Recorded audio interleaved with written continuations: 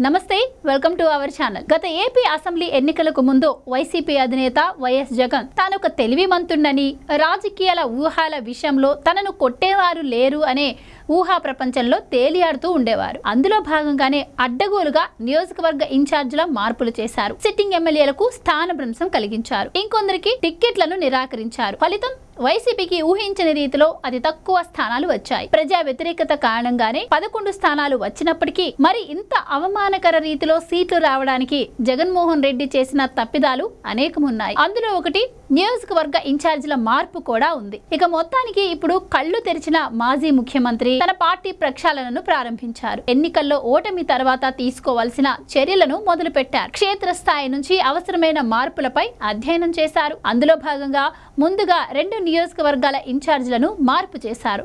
గత ఎన్నికల సమయంలో భారీ స్థాయిలో ఎన్నికల ఇన్ఛార్జీలను మార్చి ప్రయోగం చేసి బొక్కబోర్ల పడ్డారు। ఇప్పుడు పొరపాట్లను సరిచేసుకుంటున్నారు। దాదాపు 81 మంది సిట్టింగ్ ఎమ్మెల్యేలను ఎన్నికలకు ముందు మార్పు చేశారు।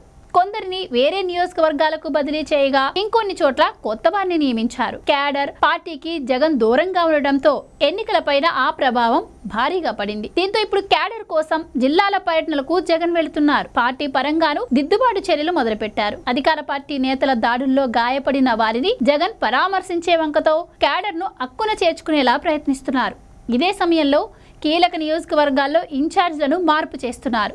మాజీ మంత్రి జోగి రమేష్ ను తిరిగి మైలవరం ఇన్ఛార్జిగా నియమిస్తూ జగన్ తాజాగా నిర్ణయం తీసుకున్నారు। అక్కడ 2019 ఎన్నికల్లో వైసీపీ నుంచి వసంత కృష్ణ ప్రసాద్ గెలుస్తూ వచ్చారు। ఎన్నికలకు ముందు ఆయన టీడీపీలో చేరిన సంగతి తెలిసిందే।